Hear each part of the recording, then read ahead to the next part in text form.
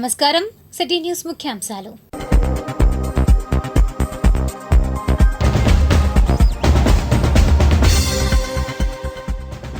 ప్రజల తీర్పు ఈవీఎంలలో నిక్షిప్తం. మంగళగిరిలో ఓటింగ్ శాతం 85.74. ఎన్ఆర్ఐలకు అభినందన. పెదవడ్లపూడి టీడీపీ నేతల మనోగతం. పెదకోనేటి నీరు డ్రైనేజ్లోకి ఆగిన పునరుద్ధరణ పనులు.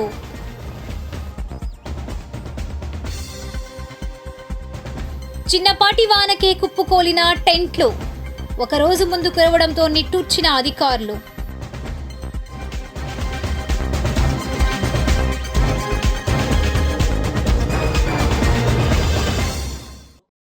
మంగళగిరి నియోజకవర్గంలో పోలైన ఓటింగ్ శాతం 85.74గా ఉంది. వివరాలు వీక్షిద్దాం. మంగళగిరి నియోజకవర్గంలో సోమవారం జరిగిన పోలింగ్లో 85.74% ఓట్లు నమోదు జరిగింది. మంగళగిరిలో ఉన్న అన్ని ప్రాంతాల పోలింగ్ బూత్లలో ఓట్లు వేసేందుకు ఉదయం 7 గంటల నుంచే బార్లు తీరారు. చాలా పోలింగ్ స్టేషన్స్లో టైం దాటిపోయిన తర్వాత కూడా ఓటర్లు క్యూలో ఉండటంతో రాత్రి 10 గంటల వరకు కూడా పోలింగ్ సాగింది. దీంతో మంగళగిరి నియోజకవర్గంలో ఓట్లు భారీగానే పోలయ్యాయి. మొత్తం 85.74%గా రికార్డుకెక్కింది. ఇదిలా ఉండగా మంగళగిరి నియోజకవర్గ ఓటర్ల తీర్పు ఈవీఎంలలో భద్రంగా ఉండడంతో సదరు ఈవీఎం బాక్స్లకు పగడ్బందీగా సీల్ వేసి అధికారులు నాగార్జున యూనివర్సిటీకి తరలించారు. జూన్ 4వ తేదీన నాగార్జున యూనివర్సిటీలో కౌంటింగ్ ప్రారంభం కానున్నది. ఆ తేదీ కోసం రాజకీయ నేతలు, ప్రభుత్వాధినేతలు, సామాన్య జనం కూడా ఉత్కంఠంగా ఎదురుచూస్తున్నారు. పెదవడ్లపూడిలో సార్వత్రిక ఎన్నికల నేపథ్యంలో ఇతర రాష్ట్రాలు, దేశాలలో ఉంటున్న సుమారు 170 మంది ఓటర్లు తమ సొంత గ్రామానికి వచ్చి ఓటు హక్కు వినియోగించుకున్నారు. గ్రామంలో ఏర్పాటు చేసిన వివిధ పోలింగ్ బూత్లలో వారు ఓటు హక్కు వినియోగించుకున్నారు. ఇతర దేశాల నుంచి స్వదేశానికి వచ్చిన ఓటు హక్కు వినియోగించుకుంటున్న ఓటర్లను గ్రామానికి చెందిన మాజీ సర్పంచ్ అన్నే చంద్రశేఖర్, ఏల శివరామయ్య అభినందించారు. అనంతరం వారు మాట్లాడారు. విదేశాల నుంచి స్వదేశానికి వచ్చినందుకు మాకు చాలా సంతోషంగా ఉంది. మా ఓటు హక్కు వినియోగించుకున్నందుకు మా బాబు గారి గురించి ప్రభుత్వం కోసం మేము చేపట్టాం. జై చంద్రబాబు. అమెరికా నుంచి ఓటు హక్కు వినియోగించుకోవడానికి వచ్చాను. దుబాయ్ నుంచి వచ్చాము. నాతో పాటు దాదాపు ఒక 50 మంది వచ్చారు అదే ఫ్లైట్లో. పెదవల్పూడి గ్రామంలో పండగ వాతావరణం కనబడింది. జనరల్గా మామూలుగా సంక్రాంతి, దసరా అంటారు ఎప్పుడైనా పండగలు ప్రాముఖ్యత. ఈరోజు ఎక్కడెక్కడ వాళ్ళందరూ పెదవల్పూడి గ్రామానికి రావటం, నేను ఎన్నో ఎలక్షన్లు చూసా. ఇంతమందిని వడ్లపూడి గ్రామంలో ఓటు గురించి రావడం అనేది ఇది record break. Christmas, Sankranti, Ramzan పండుగ వాతావరణం ఎలా ఉందో పెద్దవడ్లపూడి గ్రామంలో హైదరాబాద్ నుంచి, ఇటు చెన్నై నుంచి, బెంగళూరు నుంచి, ఢిల్లీ, అమెరికా, కెనడా, రష్యా నుంచి, దుబాయ్ నుంచి అనేక స్టేట్ల నుంచి కూడా జనం అంతా కూడా ఓట్లు వేయాలి, మనం ఓటుని వినియోగించుకోవాలి. రాష్ట్ర పరిస్థితులు అంతా కూడా దారుణంగా ఉంది.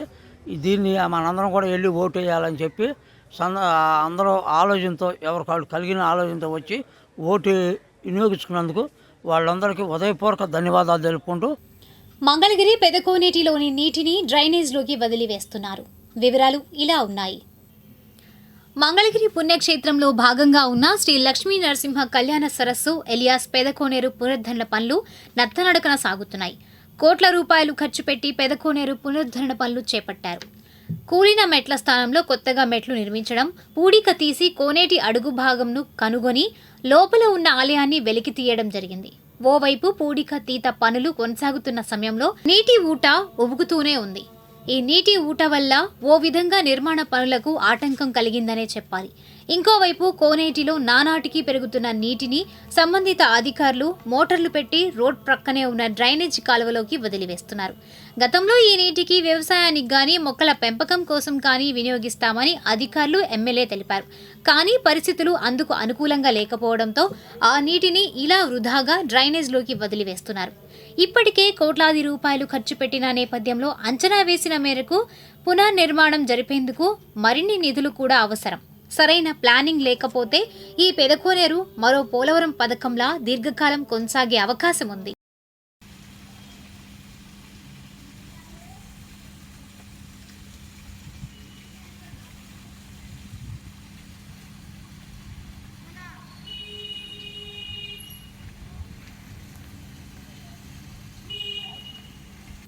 పోలింగ్ సందర్భంగా మంగళగిరి టౌన్లో వేసిన టెంట్స్ ఆదివారం వర్షంకు కుప్పకూలాయి. వీక్షిద్దాం నేటి కామన్ సెన్స్.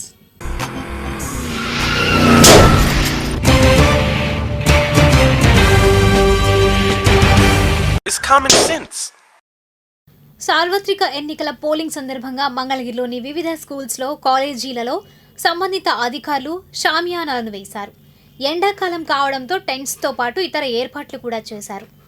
అయితే ఎండ గురించి ఆలోచించారు కానీ వాన గురించి ఆలోచన లేకపోవడంతో షామియానాలను గాలివానొచ్చినా ఆగేలా కాస్తంత పగడ్బందీగా నిర్మించలేకపోయారు. ఈ నేపథ్యంలో ఆదివారం భారీ వర్షం కురవడంతో సీకే హైస్కూల్లో వేసిన టెంట్లు పూర్తిగా కూలిపోయాయి. పోలింగ్ సోమవారం కావడంతో సరిపోయింది కానీ ఈ వానే పోలింగ్ రోజైన సోమవారం కురిసినట్లయితే పరిస్థితులు ఘోరంగా ఉండేవి. ఈవీఎంల భద్రతా విషయంలో కానీ ఓటర్ల అసౌకర్యం అంశంలో కానీ ఏం జరిగేదో ఆలోచించుకోవచ్చు.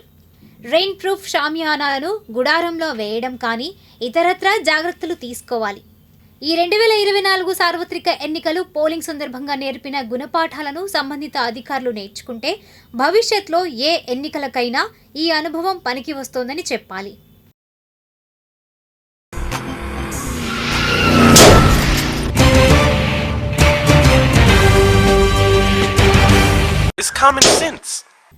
మీకు తెలుసా? ప్రముఖ వివాదాస్పద రచయిత సాల్మన్ రష్డీ తాజా పుస్తకం ఏమిటి? సమాధానం: ప్రముఖ వివాదాస్పద రచయిత సాల్మన్ రష్డీ తాజా పుస్తకం నైఫ్. హాంకాంగ్లో జరిగిన ఆసియా ఖండం స్థాయి పవర్ లిఫ్టింగ్ యూనివర్సిటీ కప్ పోటీలలో భారతదేశ ప్రతినిధులుగా వెళ్లిన మంగళగిరి క్రీడాకారులు గోల్డ్ మెడల్స్ సాధించారు.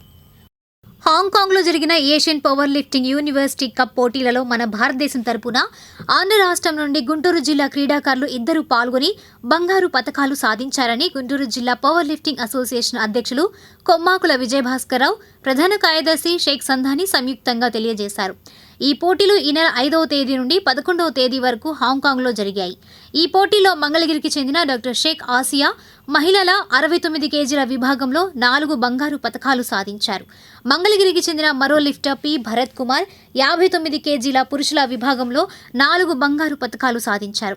Doctor Shaik Asiya Nimra medical and health కాలేజ్లో ఎంబీబీఎస్ ఇంటర్న్షిప్ చేస్తున్నారు. ఈమె YSR health and science university తరపున ఈ పోటీల్లో పాల్గొన్నారు. గుంటూరు జిల్లా పవర్ లిఫ్టింగ్ చరిత్రలో ఏషియన్ యూనివర్సిటీ కప్లో మహిళల 69 కేజీల విభాగంలో 4 బంగారు పతకాలు సాధించిన మొట్టమొదటి మహిళగా డాక్టర్ షేక్ ఆసియా చరిత్ర సృష్టించారు. ఈ ఘనత సాధించిన మహిళా పవర్ లిఫ్టర్లు గుంటూరు జిల్లా పవర్ లిఫ్టింగ్ అసోసియేషన్ ప్రధాన కార్యదర్శి, అంతర్జాతీయ పవర్ లిఫ్టర్ షేక్ సంధాని కుమార్తెలు కావడం విశేషమని గుంటూరు జిల్లా పవర్ లిఫ్టింగ్ అసోసియేషన్ అధ్యక్షులు కొమ్మాకుల విజయభాస్కర్రావు తెలియజేశారు. గుంటూరు జిల్లా పవర్ లిఫ్టింగ్ అసోసియేషన్ చరిత్రలో ఏషియన్ యూనివర్సిటీ కప్ పురుషుల విభాగంలో పి భరత్ కుమార్ 4 బంగారు పతకాలు సాధించిన మొట్టమొదటి మెన్ పవర్ లిఫ్టర్గా చరిత్ర సృష్టించారు. Bharat Kumar ABN college, Krishna university తరపున ఈ పోటీలో పాల్గొన్నారు. షేక్ ఆసియా, భరత్ కుమార్ ఇద్దరు మంగళగిరి ఫిట్ జోన్ జిమ్ నందు కోచ్ షేక్ సంధాని వద్ద శిక్షణ పొందుతున్నారు. ఈ క్రీడాకారులు ఇద్దరిని ఆంధ్రప్రదేశ్ పవర్ లిఫ్టింగ్ అసోసియేషన్ అధ్యక్షులు మద్ది ప్రభాకర్రావు, ప్రధాన కార్యదర్శి సకల సూర్యనారాయణ, గౌరవ అధ్యక్షులు Ganta Venkateswararao, South India organizing ప్రధాన కార్యదర్శి సకల కోటేశ్వరరావు, గుంటూరు జిల్లా power lifting association vice chairman RN Vamsikrishna, కోశాధికారి Gummadi Venkateswararao, vice presidents B Chandrika, P Bhaskarrao, B Prasad, joint సెక్రటరీలు Ghattamaneni Sai Revathi, SD Mastanvali, K Nagasirisha, executive members A Pawan Kumar, G Malleswararao, K Madhubabu, P Sandeep, SK Subhani, క్రీడాభిమానులు, పుర ప్రముఖులు అభినందించారని జిల్లా పవర్ లిఫ్టింగ్ అసోసియేషన్ అధ్యక్షులు కొమ్మాకుల విజయభాస్కర్రావు తెలియజేశారు. హాంకాంగ్లో ఈ నెల 5వ తారీఖు నుంచి 11వ తారీఖు వరకు జరిగిన ఏషియన్ యూనివర్సిటీ పవర్ లిఫ్టింగ్ కప్లో డాక్టర్ షేక్ ఆసియా 4 బంగారు పతకాలు సాధించారు. ఈమె మహిళల 69 కేజీల విభాగంలో ఈ ఘనత సాధించారు. ఈ ఘనత సాధించిన మొట్టమొదటి మహిళగా మా గుంటూరు జిల్లా చరిత్రలో నిలిచిపోతారు. అలాగే పి భరత్ కుమార్ 59 కేజీల పురుషుల విభాగంలో 4 బంగారు పతకాలు సాధించారు. ఇతను కూడా పురుషుల విభాగంలో మొట్టమొదటి లిఫ్టర్గా మన గుంటూరు జిల్లా చరిత్రలో నిలిచిపోతారు. మరి వీళ్ళిద్దరూ హాంకాంగ్ వెళ్ళి యూనివర్సిటీ కప్ని మన దేశానికి, మన రాష్ట్రానికి, మన గుంటూరు జిల్లాకి పథకాలు తీసుకురావడం చాలా సంతోషంగా ఉంది. మరి ఈ పథకాలు సాధించారు అంటే ఎంతోమంది ప్రముఖులు వాళ్ళ ఆశీర్వాదాలు ఉన్నాయి.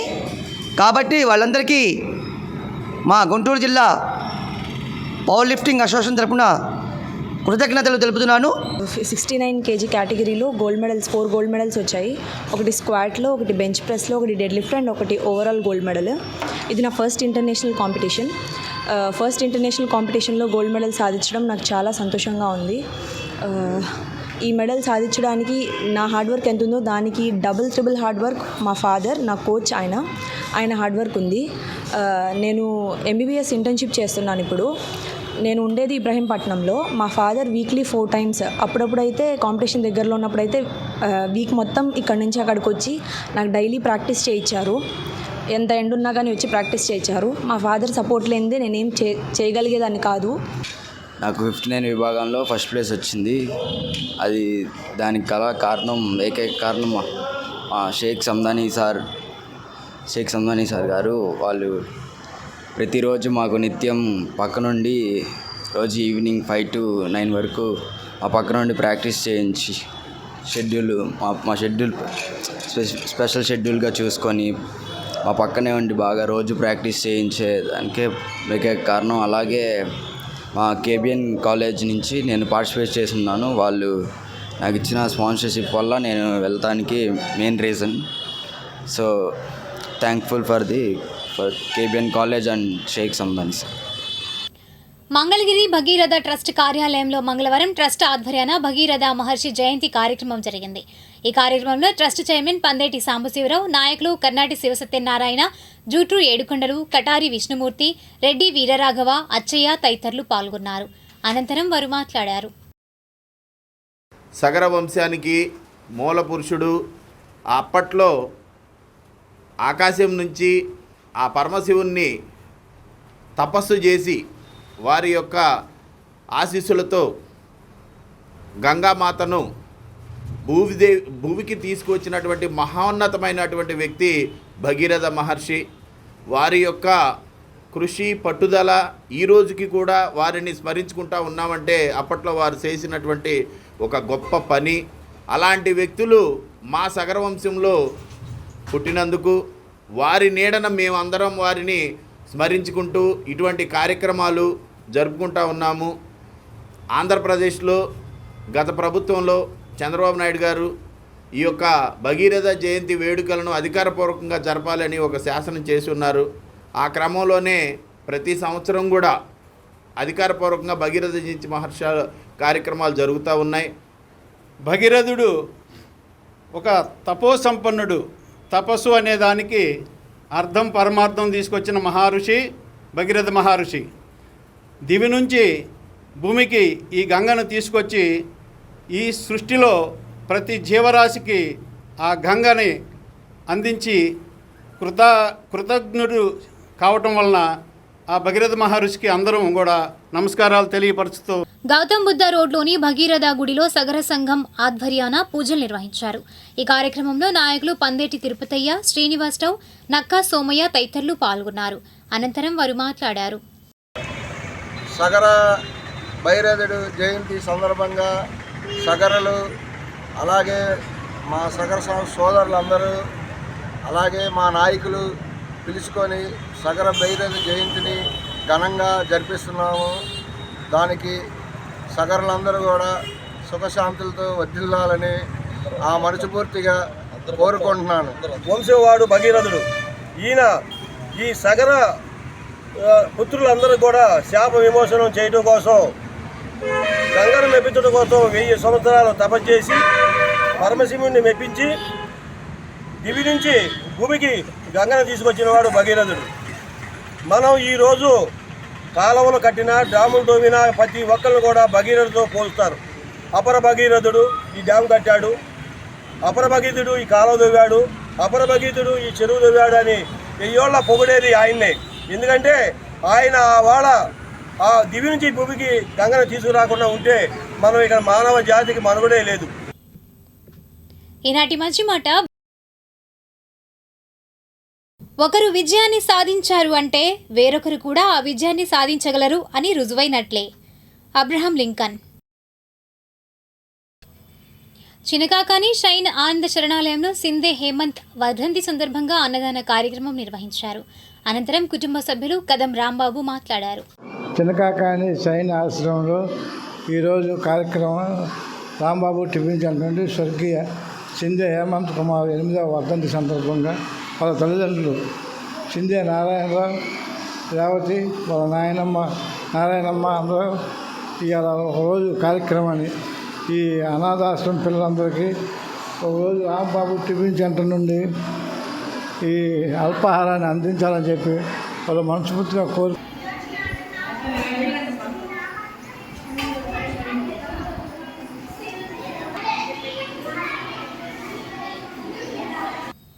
తొల్లూరు గ్రామంలోని రాజధాని రైతులు, రైతు కూలీలు గ్రామదేవత పోలేరమ్మ అమ్మవారి ఆలయం వద్ద పూజా కార్యక్రమాలు నిర్వహించారు. గతంలో పంట పొలాలకు తగినంత వర్షపాతం లేనప్పుడు గ్రామదేవత పోలేరమ్మ అమ్మవారికి పూజా కార్యక్రమాలు నిర్వహిస్తే వెంటనే వర్షపాతం కురిసేది. అదేవిధంగా రాజధాని కొరకు భూములు ఇస్తే ప్రతిపక్షంలో ఉన్నప్పుడు అమరావతి రాజధాని అని అధికారంలోకి రాగానే మాట మార్చి మడమ తిప్పి అమరావతిలోని భూములపై శ్మశానం ఎడారి అని అనటంపై 1600 రోజులుగా అమరావతి ఏకైక రాజధానిగా ఉండాలని నిరసనలు తెలుపుతూ 1600వ రోజు పోలేరమ్మ అమ్మవారి గుడిలో అఖండ జ్యోతిని వెలిగించి 1611వ రోజు అమ్మవారికి చీర సారే సమర్పించి అమరావతి ఏకైక రాజధానిగా ఉండాలని అమరావతి రైతు కామినేని గోవిందమ్మ సిటీ న్యూస్తో మాట్లాడారు. పంటకి తగిన వర్షం నీరు చాలకపోతే గ్రామదేవత అయినటువంటి పోలేరమ్మ తల్లికి వెళ్ళి బిందెలతో నీళ్లు పోసినప్పుడు వెంటనే వర్షం పడేది. ఆ పంటకి తగినంత వర్షం పడి పంట చాలా బాగా పండేది. ఆ నమ్మకంతో ఇప్పుడు మాకు నేలతలైనటువంటి ఈ కన్నతలైనటువంటి అమరావతి ఎప్పుడైతే రాజధాని నిర్మాణం అని చెప్పి జరిగింది, గత ప్రభుత్వంలో జరిగిన తర్వాత ఇప్పుడు అధికారంలోకి వచ్చినటువంటి వాళ్ళు ఒకప్పుడు ఒప్పుకొని ఈరోజు అధికారంలోకి రాగానే నేలతల్లిని చాలా నీచాతినీచంగా అవమానించడం కూడా జరిగింది. ఎడారి, శ్మశానం అంటూ ఎన్నో రకాలుగా దుర్భాషలాడారు. మేము అవన్నీ ఎన్నో బాధలను తట్టుకుంటూ 1600 రోజులుగా ఉద్యమం చేస్తూ ఒక నమ్మకంతో ఈరోజు 1600వ రోజున మొదలుపెట్టాము. గ్రామదేవత అయినటువంటి పోలేరమ్మ తల్లికి అఖండ దీపాన్ని వెలిగించి 11 రోజుల పాటు ఉంచి ఈరోజు అమ్మకి పూర్తిగా చీరాసార సమర్పించి పూజలు జరిపించి లలితపారాయణం చేసి ఈ అమరావతి అంటే 5 ఏళ్ల నుంచి మేము పడినటువంటి కష్టాలు కడతీర్చమని ప్రార్థించి అమరావతి నిర్మాణం జరిగి రాష్ట్రం అభివృద్ధి పదంలో ముందుండి రాష్ట్ర ప్రజలందరూ కూడా సుఖ సంతోషాలతో ఉండేలా చూడమని చెప్పి ఆ తల్లిని కోరుకోవడం జరిగింది. మంగళగిరి శివాలయం రోడ్లోని శ్రీ రత్న గర్భగణపతి మందిరం వార్షికోత్సవం సందర్భంగా అన్నదాన కార్యక్రమం నిర్వహించారు. ఈ సందర్భంగా స్వామివారికి ప్రత్యేక పూజలు, హోమాలు నిర్వహించారు. ఈ కార్యక్రమంలో కళ్యాణంద స్వామీజీ, మందిరం ప్రతినిధి ఎడ్ల గురునాథం, భక్త బృందం ప్రతినిధులు అన్నప్రెడ్డి రామకృష్ణారెడ్డి, గుంజి తిరుపతిరావు తదితరులు పాల్గొన్నారు. అనంతరం వారు మాట్లాడారు. ఈ యొక్క ఈవెంట్లో సాయంత్రం కూడా హరినామ సంకీర్తన కూడా ఉంది. దయచేసి మీరు అందరూ రావాల్సిందిగా కోరుచున్నాం. అండ్ ఈ ఈవెంట్ని చూడండి, చాలామందికి పేదవాళ్ళకి బిక్కువాళ్ళు కూడా అన్నప్రసాదం జరుగుతుంది. యాక్చువల్లీ మన ధర్మం ఏ వార్షికోత్సవమైనా సరే మనం అన్నం ప్రసాదం వితరణ చేస్తే లేని వాళ్ళకి ఒక పూట ఆకలి కూడా తీరుతుంది. ఏదో మనం స్వామివారికి చేసామని కాకుండా ఈ ఈవెంట్ ద్వారా కొంతమందికి కడుపు నింపినటువంటి అవకాశాన్ని భగవంతుడు ఇచ్చిన దానికి అందరికీ ధన్యవాదాలు చేస్తున్నాం. వీరు ప్రధాన కమిటీ మెంబర్. సో ఈయన వ్యవస్థాపకులు, ఈయన ఆధ్వర్యంలో ఇదంతా జరుగుతుంది. సో మీరు ఏదైనా ఇవ్వాలనుకున్నా కానీ దీనికి ఇక్కడ హుండీ ఉంటుంది, దాంట్లో వేయచ్చు. థ్యాంక్ యూ అండి. హరే నమః. ఈరోజు వార్షికోత్సవం సందర్భంగా వరసిద్ధి వినాయక రక్తగర్భ సిద్ధి వినాయక గుళ్ళో వార్షికోత్సవం సందర్భంగా అన్నప్రసాదన జరుగుతుంది. హోమాలు, పూజలు అన్నీ జరుగుతున్నాయి. హోమాలు, పూజలు అట్లాగే గణపతి యొక్క మంత్రానుష్ఠానం, అట్లాగే తర్పణ విధి విధానాలతో స్వామివారు ప్రతినిత్యం పూజలు అందుకోవడం జరుగుతుంది. అందులో భాగంగానే ఈ రోజున స్వామివారి యొక్క విశేషమైనటువంటి వార్షికోత్సవం జరుగుతుంది. ఈ వార్షికోత్సవంలో భాగంగా ఏదైతే స్వామివారి యొక్క ఏదైతే మనం అర్పణ చేసినటువంటి ప్రసాదాలు ఏదైతే ఉడుములు, కుండ్రాళ్ళు, అట్లాగే ఉండ్రాళ్ళు, అట్లాగే స్వామివారికి ఇష్టమైనటువంటి కదలీపానం, అలాగే కొబ్బరి, ఇవన్నీ కూడా స్వామివారికి ప్రతినిత్యం సమర్పిస్తూ ఏదైనా ఇక్కడ వచ్చేటటువంటి భక్తులకి అత్యంత భక్తి శ్రద్ధలతో వారికి అందజేయడం జరుగుతుంది.